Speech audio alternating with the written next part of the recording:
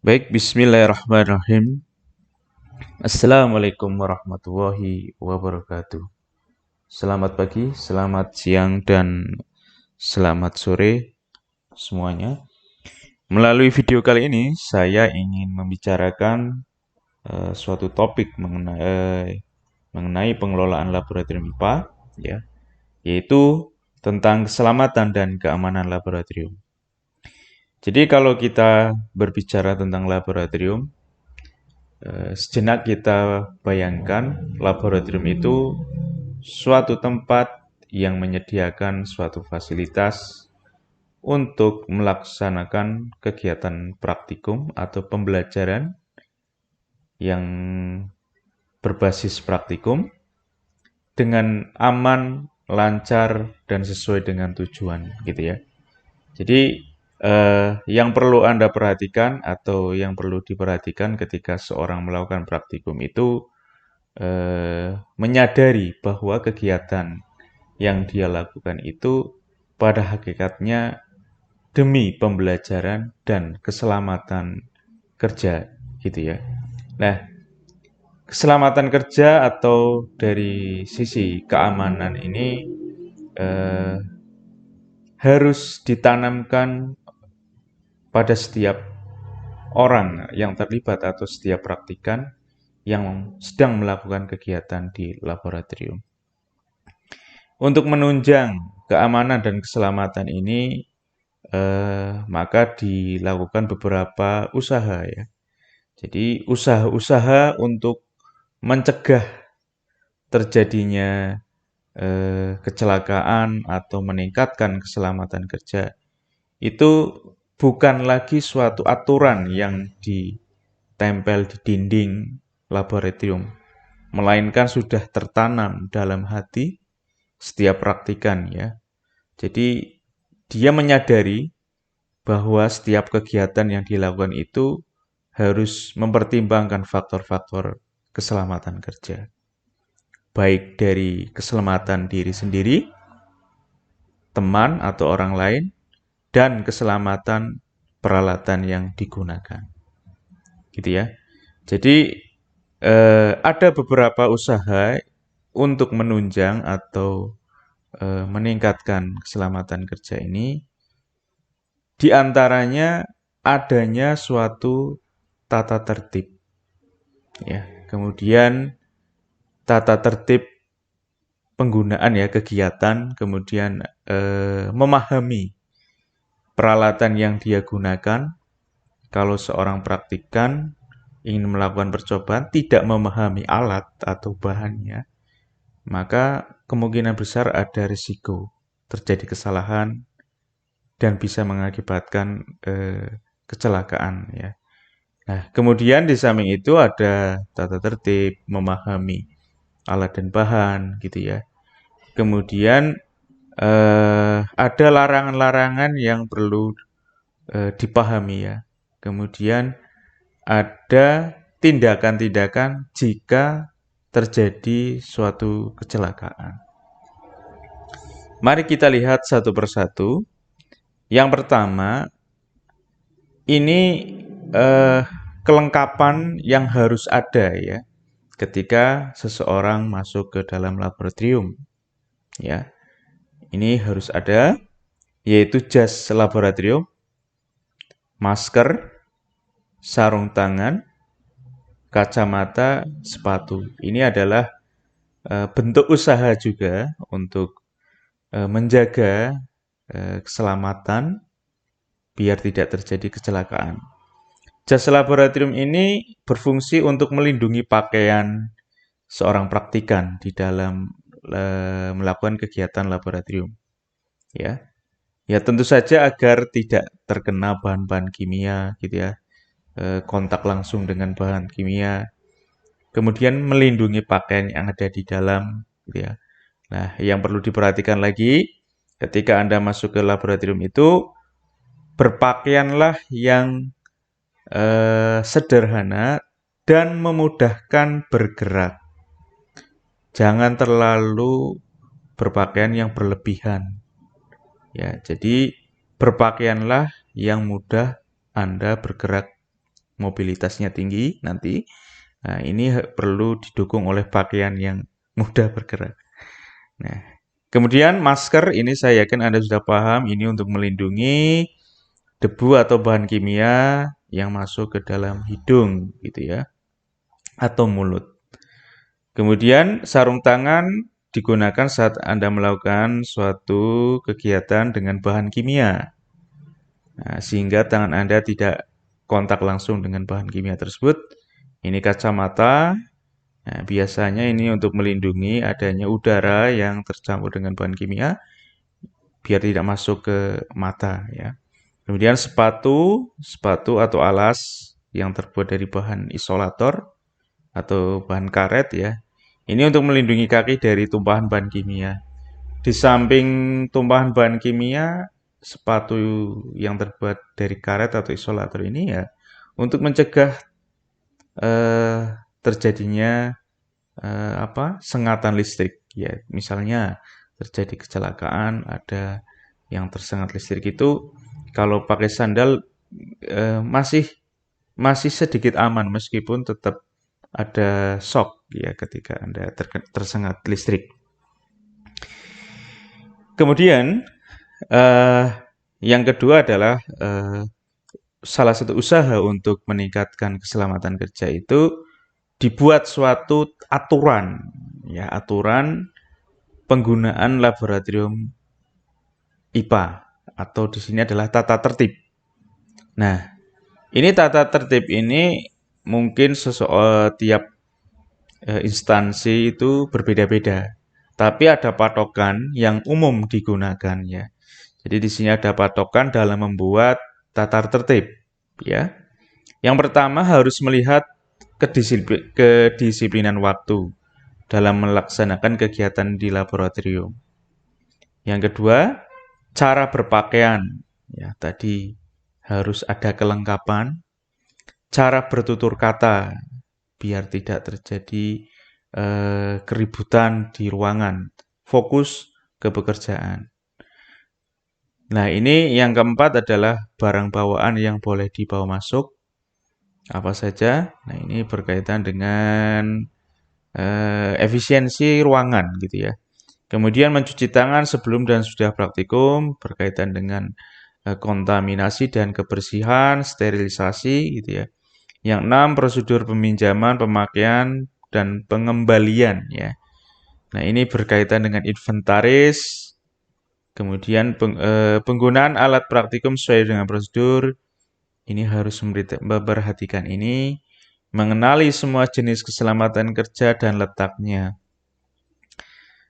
Ya, ini misalkan terjadi suatu kecelakaan, jadi Anda harus lari kemana itu harus tahu ya. Maka dibuat suatu aturan, misalnya letak alat pemadam kebakaran di sebelah ujung sana. Nah, itu ketika terjadi kecelakaan, praktikan langsung paham. Oh iya, langsung ke sana. Kemudian atau ada alat P3K, nah, peralatan P3K diletakkan di mana, nah itu harus tahu. Kemudian menjaga kebersihan dan kenyamanan, ini saya yakin Anda sudah paham. Kooperatif jika terjadi kerusakan saat praktikum. Nah, ini harus faktor kooperatif ini kejujuran ya. Bekerja sama silakan. Jika terjadi kerusakan diharapkan melapor ke petugas ya biar tidak terjadi risiko kecelakaan yang tinggi. Memahami penggunaan P3K.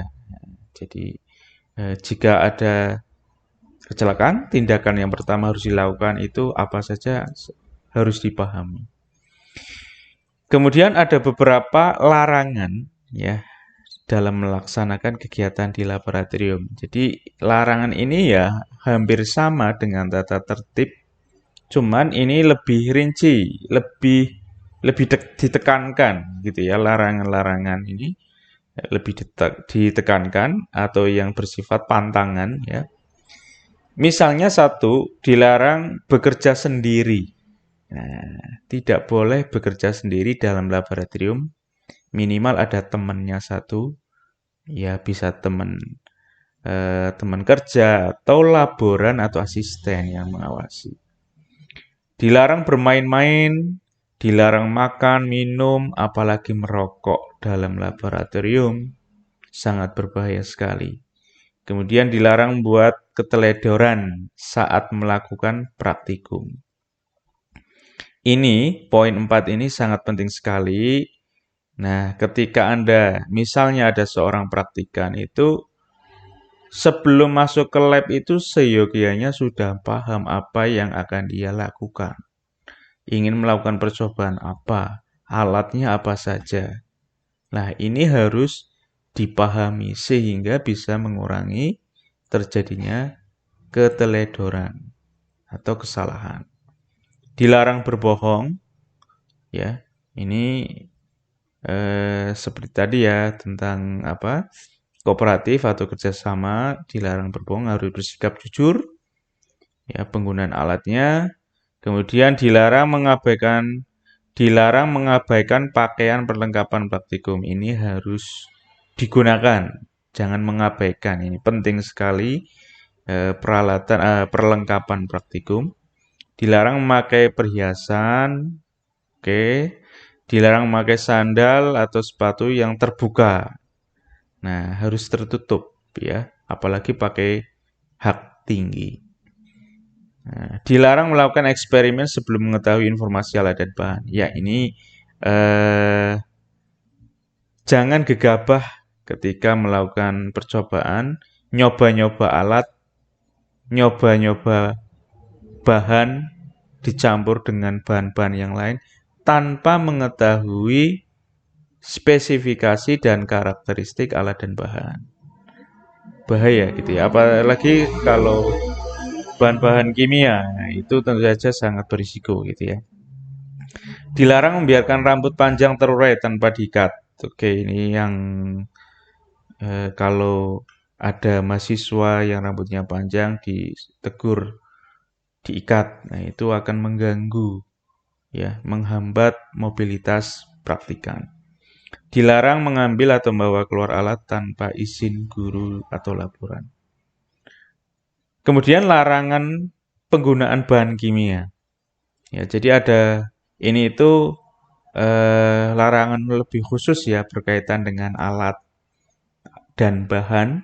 Ya, kalau bahan kimia itu memang harus sangat hati-hati, risikonya tinggi, bahannya juga mahal juga gitu ya.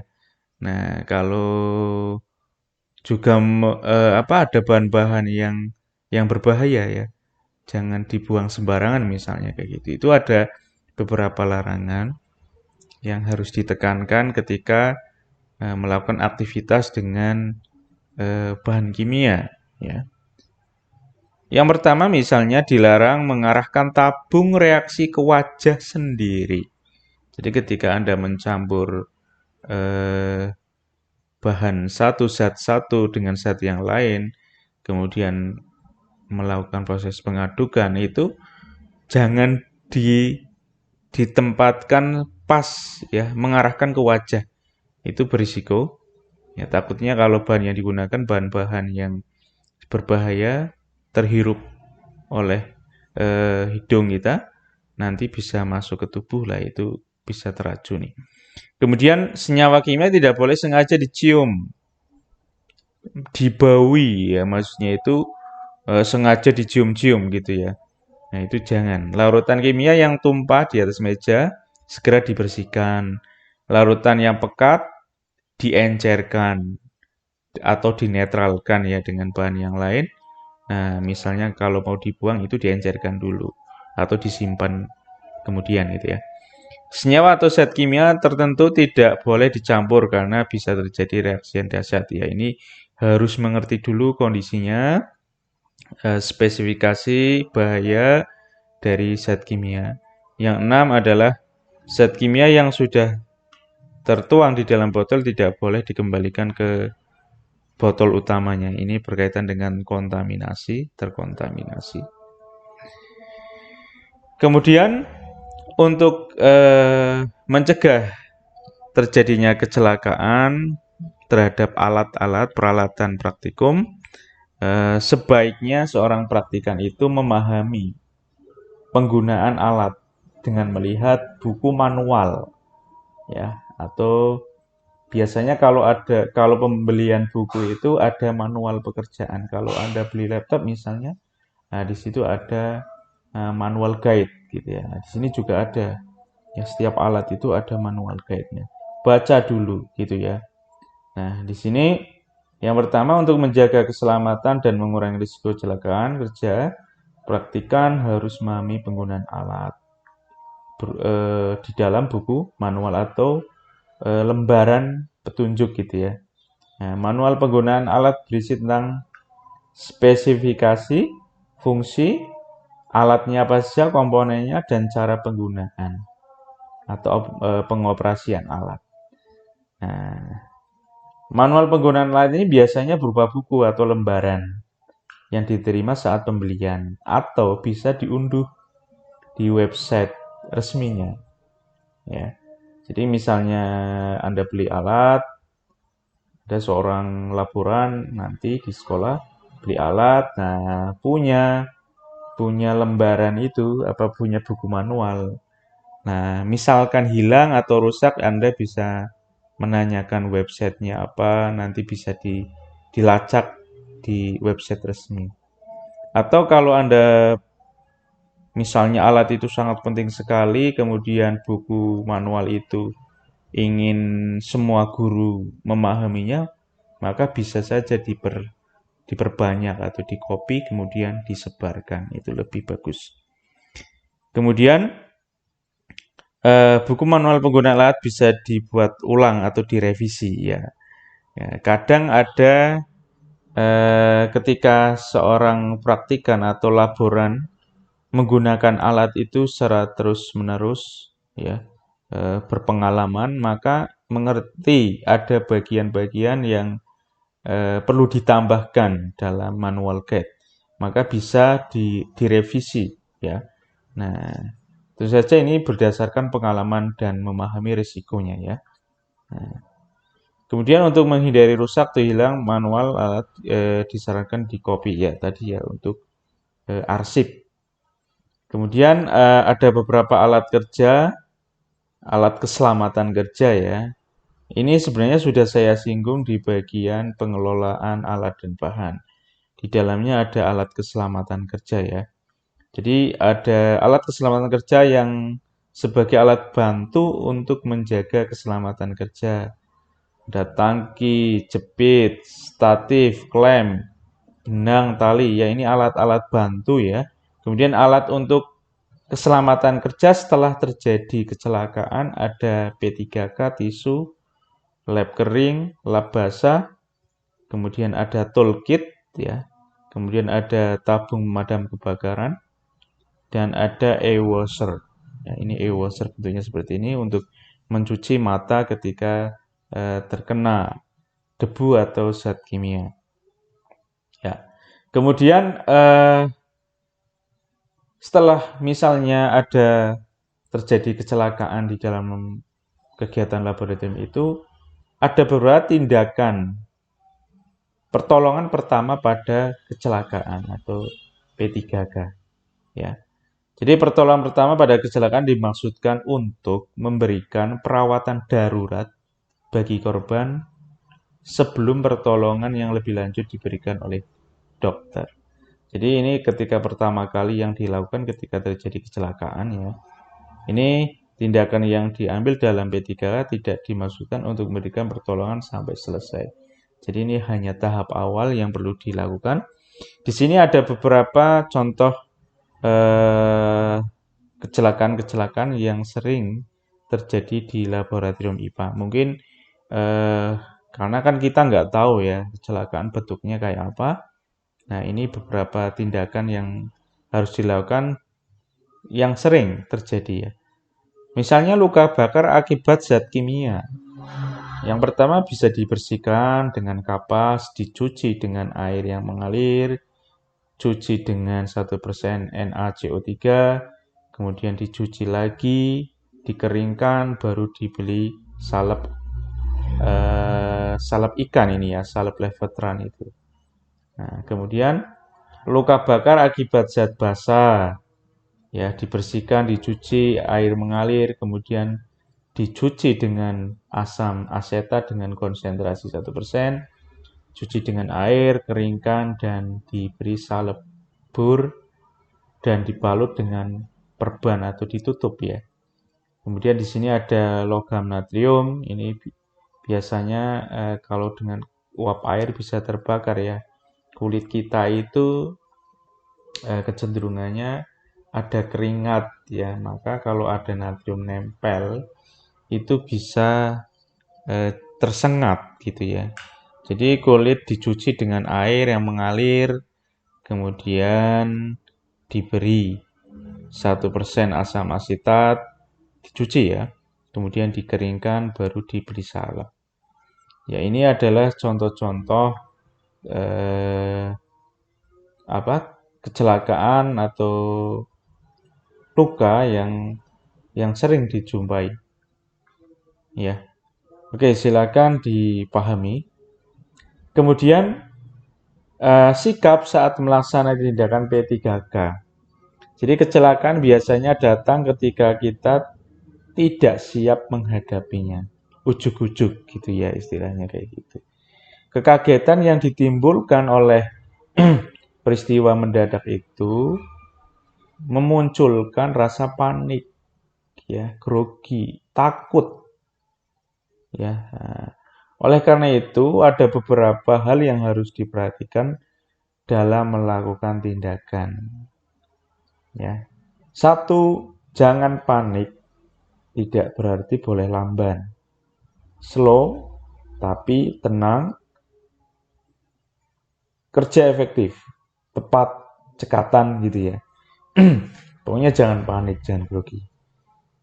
Kemudian perhatikan pernapasan korban. Jika berhenti, beri pernapasan buatan. Ya. Kemudian ini biasanya kalau anak-anak pramuka mengerti ya cara pernapasan yang benar dan baik ya. Nah, nanti tolong di-share bagaimana cara memberikan pernapasan secara teoritik gitu ya. Hentikan pendarahan dengan menutup luka gitu ya. Atau mengikat, ya jangan mengikat, ditutup lukanya, ditahan gitu ya. Kemudian perhatikan tanda-tanda shocknya, ya. Kondisinya gimana, kejang-kejang atau enggak gitu ya. Kemudian jangan memindahkan korban terburu-buru, ditenangkan dulu. Nah, kalau diangkat langsung biasanya ini akan apa ya, menimbulkan detak jantung meningkat gitu ya. Kemudian jika masih segera hubungi tim medis, nah, biar bisa ditangani. Ini biasanya kalau kecelakaan yang fatal ya, yang berat. Nah, kalau kecelakaan cuma tersengat kena kena apa? Kena api, ya, luka sedikit lah itu kan orangnya masih jalan-jalan, cuman tangannya sakit. Itu tindakannya mungkin pakai P3K aja itu sudah bisa ditangani. Nah, gitu ya. Ini kalau misalnya kemasukan zat, keracunan, menghirup zat kimia yang bersifat toksin, nah ini biasanya harus tindakannya, harus cepat hubungi medis. Kemudian di sini ada untuk meningkatkan keselamatan kerja lagi, perlu dipahami simbol-simbol keselamatan kerja. Ya, di sini ada 9 simbol berkaitan dengan keselamatan kerja pada bahan kimia.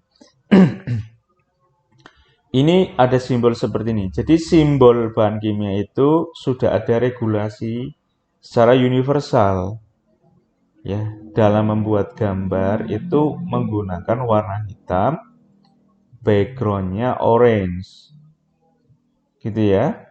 Jadi seperti ini, tidak boleh misalnya gambarnya warnanya biru, backgroundnya pink, pelangi jadinya ya. Jadi itu tidak boleh. Jadi kalau kita lihat warna hitam, oranye, oh itu adalah tanda-tanda keselamatan kerja otomatis, gitu ya.